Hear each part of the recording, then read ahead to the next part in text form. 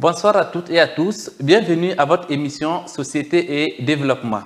Il nous arrive par moments où on souhaite changer de comportement ou de pratique en fonction des objectifs que nous souhaitons atteindre. Mais comment amorcer ce changement?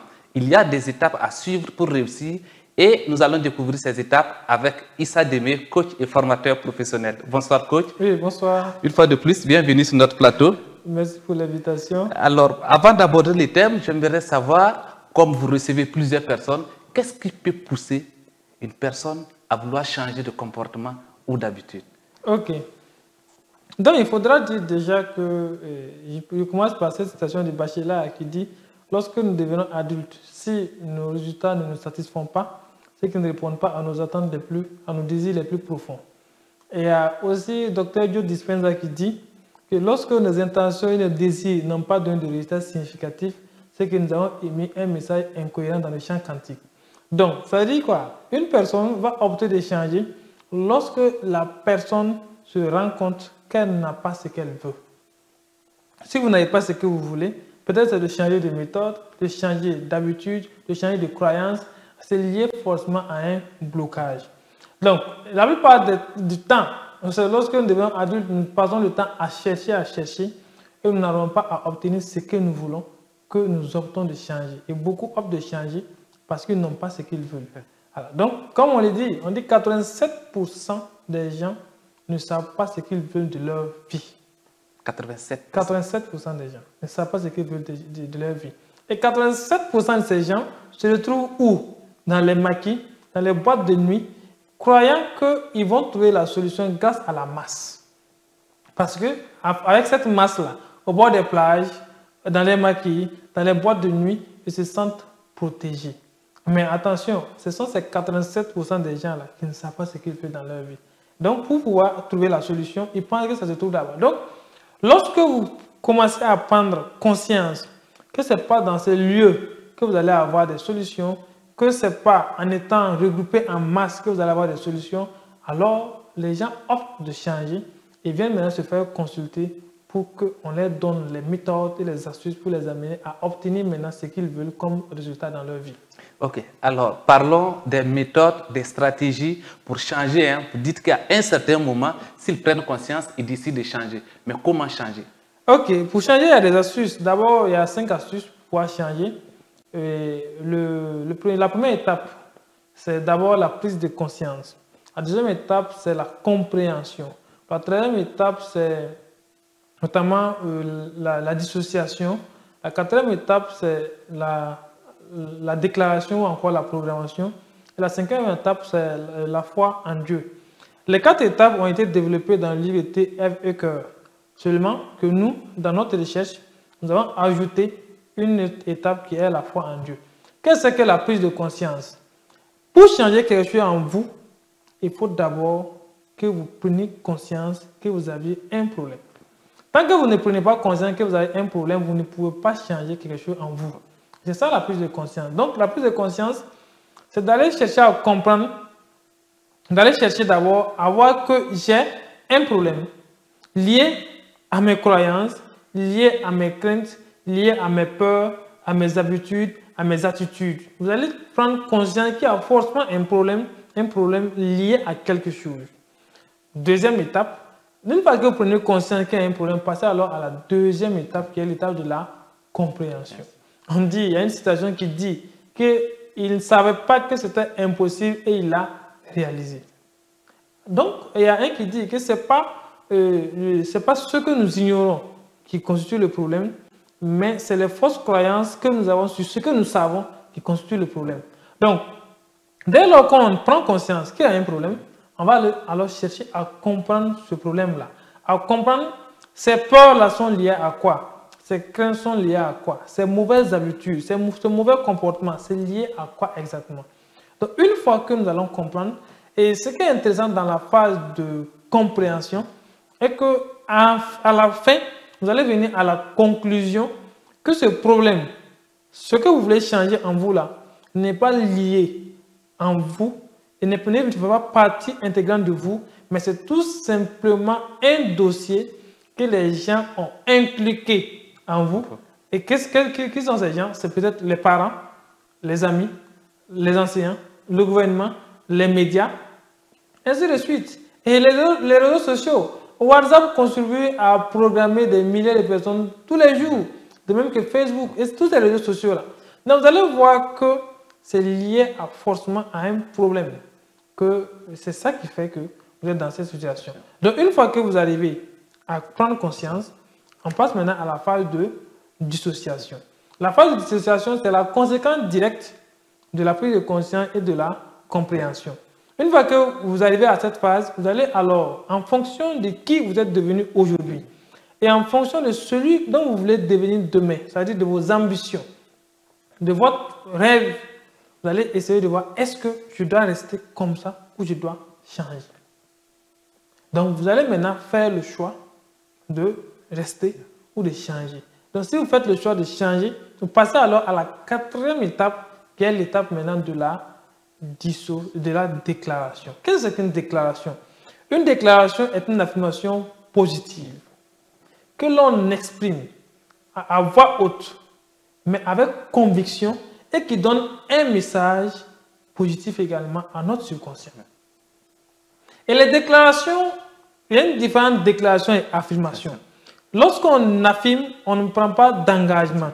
Lorsqu'on déclare, on prend un engagement. Mais les déclarations contiennent quelque chose d'intéressant qui est l'énergie. Et comme l'a démontré Nikola Tesla, il dit quoi? Que pour avoir les secrets du monde, ou les secrets de l'univers, pensez en termes de fréquence, d'énergie et de vibration. Et l'énergie circule en fonction, l'énergie circule sous forme de fréquence et de vibration. Lorsque vous déclarez à voix haute, vous envoyez un message profond à l'univers, mais aussi à votre subconscient pour la réalisation de quelque chose. Si vous le permettez, ça veut dire arriver à cette étape, et prendre l'exemple des gens qui veulent la recherche, parce que c'est ce qui intéresse les gens aujourd'hui. Arrivé à cette étape, lorsque vous voyez que la prise de compréhension, que vous avez un blocage avec la recherche, et vous aviez compris que ce blocage est lié au fait que vous êtes né d'une famille pauvre et ils ont mis en vous des dossiers de pauvreté, et vous êtes venu à la notion de dissociation, vous avez vu que la situation dans laquelle vous êtes aujourd'hui ne vous correspond pas, ne vous permet pas d'être heureux, épanoui, et vous passez maintenant à la quatrième étape qui est la déclaration. Vous pouvez essayer de dire que les gens appellent ça le mot de passe de la pauvreté, le mot de passe pour quitter la pauvreté à la richesse. Donc, l'argent est mon serviteur et je suis son maître. Le serviteur obéit toujours à son maître. C'est pourquoi j'ordonne à l'argent de remplir mes poches, de remplir mes comptes en banque et de remplir ma vie. Donc, là, ce sont des phrases, ça c'est une affirmation, une déclaration qu'on fait.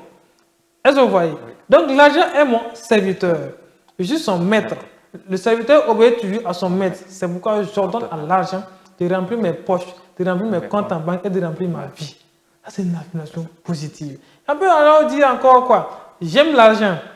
Je m'en sers sagement, efficacement et judicieusement.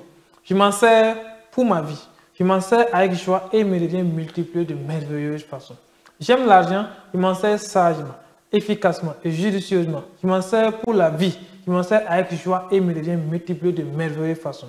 On peut encore dire, chaque jour, j'accède à l'abondance qui m'entoure. Cette abondance se manifeste par la richesse matérielle et spirituelle. Chaque jour, j'accède à l'abondance qui m'entoure. Cette abondance se manifeste par la richesse matérielle et spirituelle. Des gens qui ont des blocages liés à un problème intellectuel peuvent dire, je suis intelligent et doué, je suis plus fort que mes maîtres. Je suis intelligent et doué, je suis plus fort que mes maîtres. Ce sont des phrases positives. Une personne qui a un problème de santé peut régulièrement dire, je suis la santé, je suis en bonne santé, je suis la santé, je suis en bonne santé, je commande ma santé. Je commande ma santé, je suis la santé, je suis en bonne santé. Je commande ma santé, je suis la santé et je suis en bonne santé. Donc, le fait de dire tout cela, c'est quoi? On dit à voix haute, avec des gestes. Et ça rentre dans notre corps, ça rentre dans notre esprit. Ça contamine l'âme. Et enfin, ça envoie un message important à l'univers. Maintenant, une fois qu'on a fini cette phase de déclaration, on passe maintenant à la cinquième étape qui est la foi en Dieu. À Dieu, nous devons tout. Et c'est lui, nous demandons tout à ce Dieu-là. Et nous devons tout à ce Dieu. Et lui-même, il a dit dans sa parole, demandez et vous recevrez, car quiconque demande, reçoit. Donc, lorsque vous demandez, il y a alors un temps pour que Dieu réponde. C'est pourquoi, dans le domaine quantique, nous, on aime dire, on aime affirmer cette phrase qui dit quoi?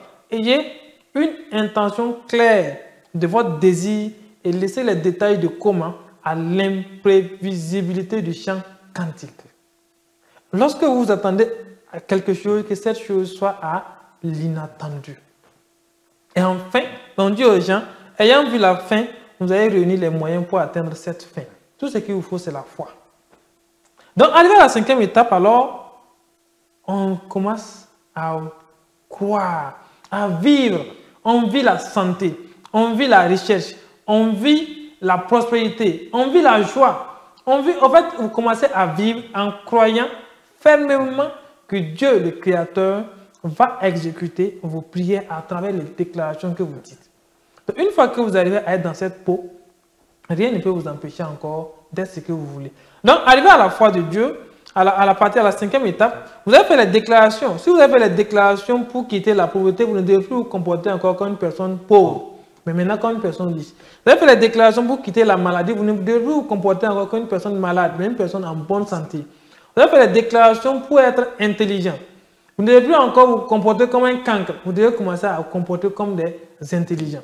Donc, ainsi, vous allez voir qu'en un temps record, l'univers va accepter votre prière, va accepter cette déclaration et l'univers va vous permettre alors de pouvoir vivre la vie dont vous voulez vivre à travers les 4 étapes que vous avez suivies. Donc, voici de façon simple comment un être humain peut changer, peut quitter d'un point qui ne l'arrange pas, aller vers un point qui l'arrange maintenant. Alors, au début, vous avez dit 87% des gens ne savent pas ce qu'ils cherchent dans la société. Je suppose que c'est par ignorance. Maintenant, comment les amener à prendre conscience et à entamer le processus de changement que vous avez expliqué tout à l'heure? D'abord, le début du processus dit tout. On dit lorsqu'ils ne savent pas, lorsqu'ils savent qu'ils ne savent pas, ils peuvent trouver leur propre voie. C'est ce que la philosophie nous dit. Et on dit, quitter l'ignorance, c'est de désapprendre. Et désapprendre, c'est quoi? On dit c'est mourir soi-même et laisser naître en soi un nouveau être. Donc, d'abord, il faut que la personne comprenne qu'elle ne connaît pas. Il faut que la personne comprenne qu'elle a un problème. On ne peut pas aider quelqu'un qui n'a pas conscience. On dit quoi? On dit on a toujours tort d'avoir raison devant les gens qui ont toutes les bonnes volontés de croire qu'ils n'ont pas tort. Et l'Odal Carnegie nous dit pire. Il dit encore que quoi? Toute personne convaincue contre sa volonté ne changera pas d'opinion. Allah. Toute personne convaincue contre sa volonté ne changera pas d'opinion. C'est ce qu'il dit simplement que quoi? Que lorsque la personne n'adhère pas volontairement au processus de changement, tout ce que vous allez faire sera des efforts vains. Donc c'est pourquoi nous, on demande aux gens de participer à des conférences. On leur demande de suivre des vidéos. On leur demande de lire des livres. Et c'est à travers ces éléments que vous allez avoir l'information que vous avez un blocage qui vous empêche d'être ce que vous voulez être. Et à partir de ce moment, vous allez commencer à chercher des solutions. Et Dieu merci, vous allez avoir l'information qu'il y a des étapes à suivre. Si vous ne suivez pas ces étapes, on dit lorsque vous ne suivez pas ces étapes-là, toute transformation que vous allez apporter à votre vie sera transitoire et aléatoire. Okay. C'est ça. Donc, enfin, on demande aux gens de rompre avec eux-mêmes. Comme on l'a dit, rompre avec soi-même, c'est d'identifier un soi idéal qui est à la fois meilleur et différent du soi qui existe aujourd'hui dans l'environnement, dans votre corps et dans le temps. Donc, une fois que vous arrivez à identifier ce soi-là, mais attention, pour rompre avec soi, il faut d'abord être conscient qu'il y a un problème. Et là, vous allez alors identifier. Et c'est ce processus-là va vous permettre d'identifier le soi idéal là, qui est à la fois meilleur que le soi qui existe aujourd'hui dans votre corps, dans l'environnement et dans le temps. Parce que tant que vous n'allez... Tout changement qui ne va pas prendre en compte le temps, le corps et l'environnement, comme je l'ai dit, sera aléatoire et transitoire et n'aura aucun effet sur l'être humain. Okay. Donc, j'invite les gens, ces 5 étapes de changement, à les intégrer dans leur vie et ils vont voir que tout ce qu'ils souhaitent sera obtenu, tout ce qu'ils veulent sera obtenu de façon aisée, mais aussi de la bonne manière, de la plus simple manière. Ok, merci coach pour ces 5 étapes de changement. Nous pensons que ces conseils vont permettre aux 87% des personnes qui ne savent pas ce qu'ils cherchent dans la société de prendre conscience de leurs problèmes et à suivre ces 5 étapes et amorcer le processus de changement. À vous, chers internautes, merci pour votre fidélité. Je vous retrouve à bientôt avec un autre thème.